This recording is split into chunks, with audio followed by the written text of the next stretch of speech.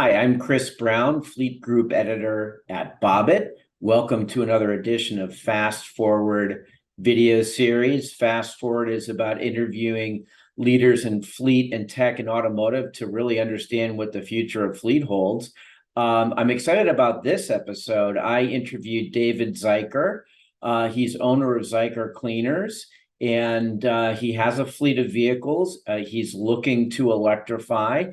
And this is a really great opportunity to get with a fleet to really understand what their path is from vehicle decision making and working with utilities and even getting the charging infrastructure and really kind of doing it all at a price point that works for him and running the traps with grants and all that stuff. So without further ado, let's get to the interview with David. Okay, well, we're here with David Ziker, owner of Ziker Cleaners in South Bend, Indiana. David, welcome. Thank you. Well, hey, thanks for joining us. It's really exciting to really talk to an end user fleet and kind of understand sort of what your thought process is, your path as it relates to electrification and sustainability. To start, why don't you just give us a real quick background on Ziker Cleaners and basically like how you use your fleet? All right, Chris, well, thanks for having me. And yeah, we're a 105-year-old third generation family dry cleaning and laundry business here in South Bend, Indiana. And one of our reasons that we're still in existence after all these years has kind of been our passion for progress. We're always trying to stay leading edge technology, and that's what's really propelled us here to be successful today. So the electrification vehicle thing has really been of interest to me. And we have a small fleet of delivery vans that we use for both.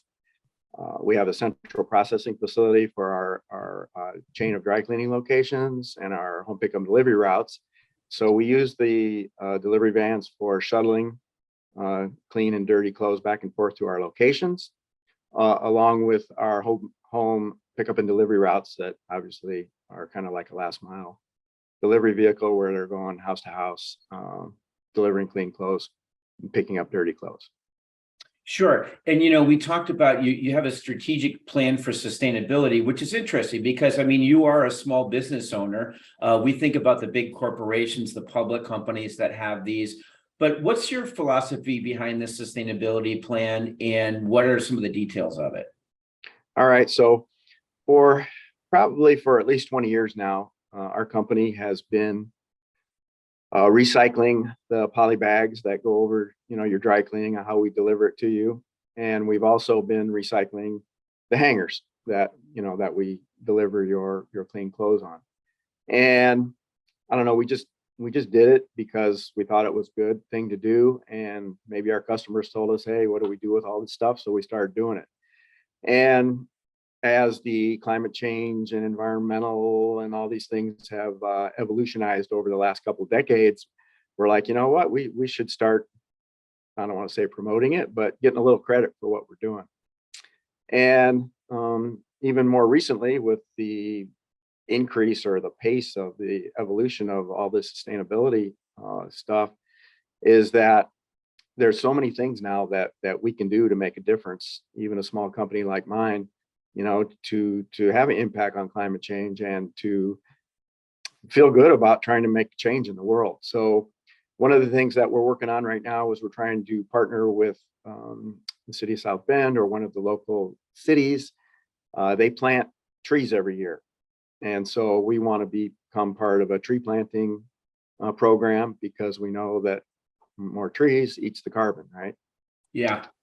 And so that's one thing that we're working on implementing. And then this, like I talked about, the evolution of this, the electrification of delivery vehicles has really got me intrigued because obviously it's a game changer for climate change. So that's what we're working on.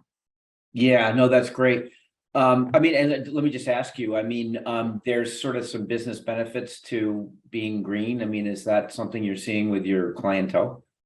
No doubt about it. I didn't talk about that in the last segment, but even since my grandfather started this thing 100 years ago, we've always been a believer in using non-toxic, environmentally friendly solvents, which most dry cleaners have a stain on their reputation because of perchloroethylene, which is a known carcinogen, which 20 years ago, 95% of dry cleaners in America use perchloroethylene, and we never did.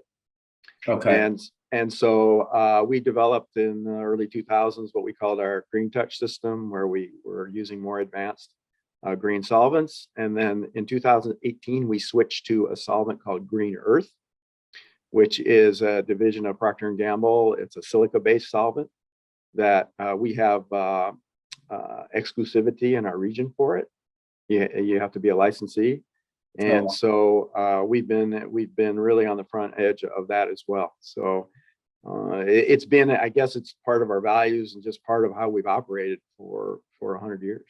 Yeah, that's really great. Hey, let's get to the vehicles. I mean, I guess you just sort of did your research on this growing number of commercial electric vehicles that are available. What did your research come up with?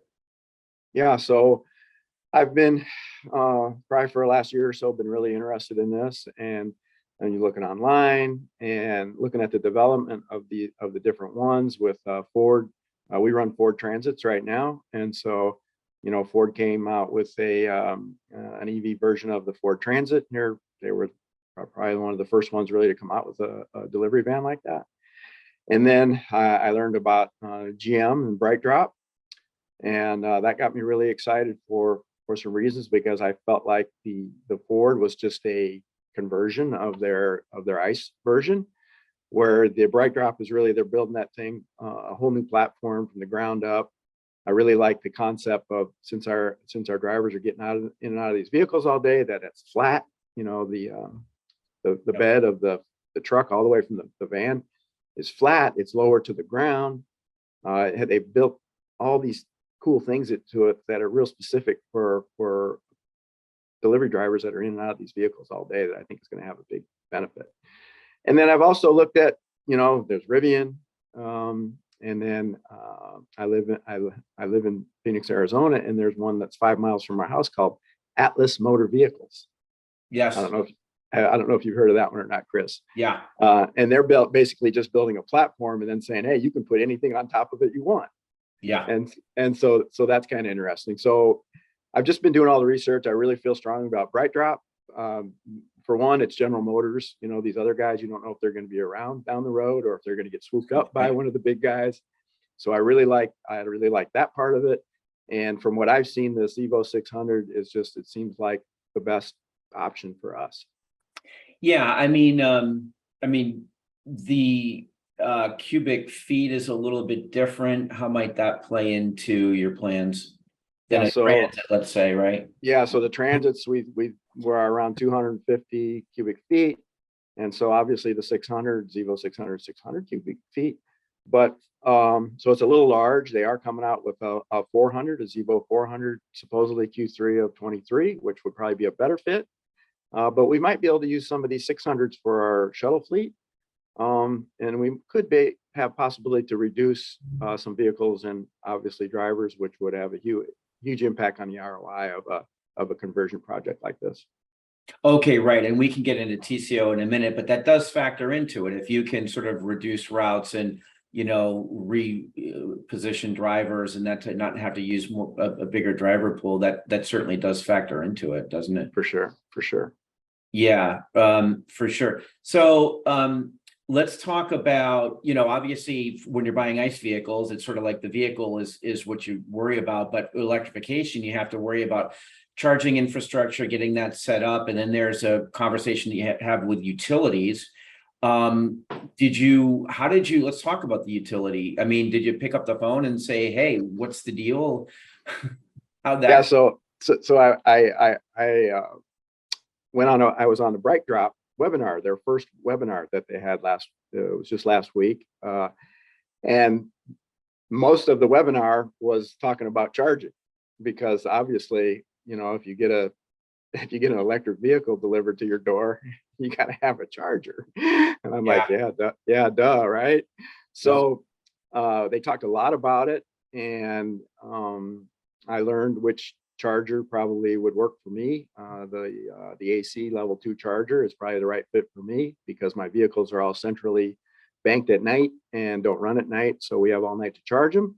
And they said, hey, you need to talk to your utility and let them know what you're doing and make sure you have the power and yada, yada, yada. So I did. I picked up the phone and I called the utility and we had a conversation. And the biggest part of it for me was I want to make sure I have enough power, because if I'm going to have EV transition all my fleet over to it, if you don't have enough power, then that's a whole nother project, is bringing in more power. And I found out that I'm only using less than half on max demand of the service that's coming into my building Okay, right now. right now. Okay, so you would have a little bit of excess demand. You've got one charger coming in, but then you could put in more, obviously, to satisfy your other. Oh yeah, I have a, and I'm not much of an electrician or anything, but I have a 480 volt 500 kVA service. Okay. And on max demand, I'm only using 230 amps right now. And these Okay. level 2 chargers supposedly are 11.5 kVA. Okay. So for me, I got all kinds of room. Okay, well, that's good. Yeah. I mean, and talking to the utility, like, I think maybe that's where some of this falls down, because this is a conversation that a fleet wouldn't necessarily have. Did you like pick up the phone and call, the utility and say, let me talk to the person that can help me with electrification, and they transferred you? Exactly. That's exactly what happened, Chris. Okay. And there was someone there on the other end that knew what they were talking about, obviously. Yeah. But I asked him, I said, you've probably been asked this a million times already. He said, no, not people really aren't calling and asking these questions. Really? Okay. Yeah. So he thanked me. Oh, interesting. That's really funny. And I mean, I guess the conversation wasn't involving any types of incentives. Well, that was one of my questions, because that came up in the webinar from BrightDrop, was to see if there's any. And at this time, my local utility, which is like a co-op, Okay. that doesn't have any incentives. But that doesn't mean there isn't maybe some federal tax credits or something like that I haven't done all the research on yet to find out. Okay, right. And that is, I mean, probably for another time, but the difference between utilities that are co-ops and some of the bigger ones, it could get tricky if you're dealing with a co-op for some of this stuff. So, yeah. Let me ask you about the charging unit. So you're on that BrightDrop call webinar, and you're going to get one installed. I mean, any price point that you're looking at, any issues with getting one installed? No, it looks like, from the research I've done so far, which I haven't talked to an installer electrician yet, but it looks like around $5,000 for each one. Okay. Yeah. And no trenching that you'd need. I mean, it's not too. No, and the layout of my building, and then I have a large canopy where we park the vehicles at night. So we're lucky. It's going to be pretty simple, the configuration that we have. So we'll just be able to run some conduit from the main panel out to our canopy area where we park the vehicles at night. So I don't think it's going to be a big deal. Okay, and then you would leave a little bit of room for growth, like, I mean, where you could have 4 of them installed at a reasonable, area. I mean, do you plan that far ahead? Yeah, no, I think we have enough space and stuff to do my whole fleet. Okay. Within a short period of time. So Sure. We're lucky in that aspect, because we kind of have a pretty good setup for it already. Sure.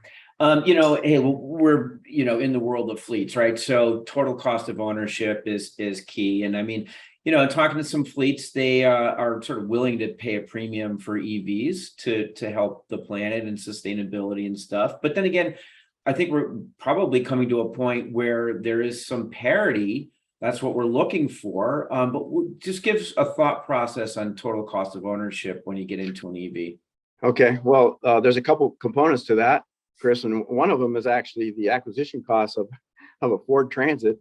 We bought a couple of them maybe 2 years ago, and they were, they're just base models. They were like $35,000. Yeah. Today, you can't find a used Ford Transit with less than 100,000 miles on it for $35,000. No. So I think new ones are 55 grand or something like that. Yeah, I mean, the price point has gone up, that's for sure. Right. So when we look at that, and from what I understand, these Evo 600s are around 45,000. I haven't got an exact price yet. There'll be a little bit more. Okay, but so there's really maybe no difference there. Yeah. Between a Ford Transit ICE and a Bright Drop EV. So they're pretty similar on acquisition costs. Yeah. And then I got to put the charger in. But the flip side of that is we don't do on-site maintenance. So I've got to have people run these vehicles for oil changes and regular maintenance, which is very costly because I got to have two people, one to go get the guy, bring him back, go get it, along with the cost of all that. And then the from what I learned, and Bright Drop, these guys, they may be exaggerating these figures a little bit, but they say it's $7,000 a year in operating cost savings. Yeah. Yeah. Well, I mean, and we'll see, right? Because we're sort of theoretical right now. And talking to folks too, uptime. I mean, just the fact that you're not going to have that vehicle in the shop, and these diesel units, I mean, they're driving folks crazy with DPFs and stuff. So and the time that the guys stop, they stop and get gas. There's that. They go in and get some food and a drink, which they might do anyhow, but it's just you don't got to stop for gas. I mean, that's a game changer. That's a game changer. It really is. Yeah. I mean, it just, plug it in and hey, you got to make sure that the darn thing's plugged in, but you're absolutely right. For the viewers at home, terms of out the door costs, I think we're looking a little bit more at this point, but that's a fast forward video for another time, but point well taken. It's sort of general in total cost of ownership and where the savings might come from, and we'll reconvene on that maybe next year after you've got one or maybe even two in operation. Well, let me just close out by asking you, how will you proceed? I mean, what's your next steps? What are you looking forward to? Well, like I said, I'm really excited about the opportunity of how this fits into our sustainability program. We are coming to the point where we need to cycle some vehicles out anyhow. Mm-hmm. And so from what I learned at the Bright Drop webinar, that even for small operators like me, if I order one now, I should be able to get it in Q1 of 23, which is way sooner than what I thought. Wow. So I'm on the pitch, trying to get in touch with the salesperson right now with Bright Drop to see if I can get one on order and try it for a few months. And if we like it and think it's going to work, then probably in 2023 or sooner after that, I like to flip my whole fleet.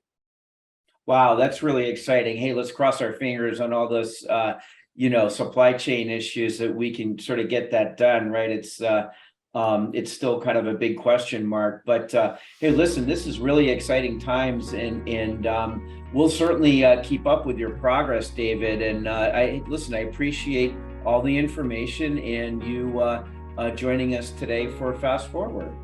Oh, you're welcome, Chris, and nice sharing some information together.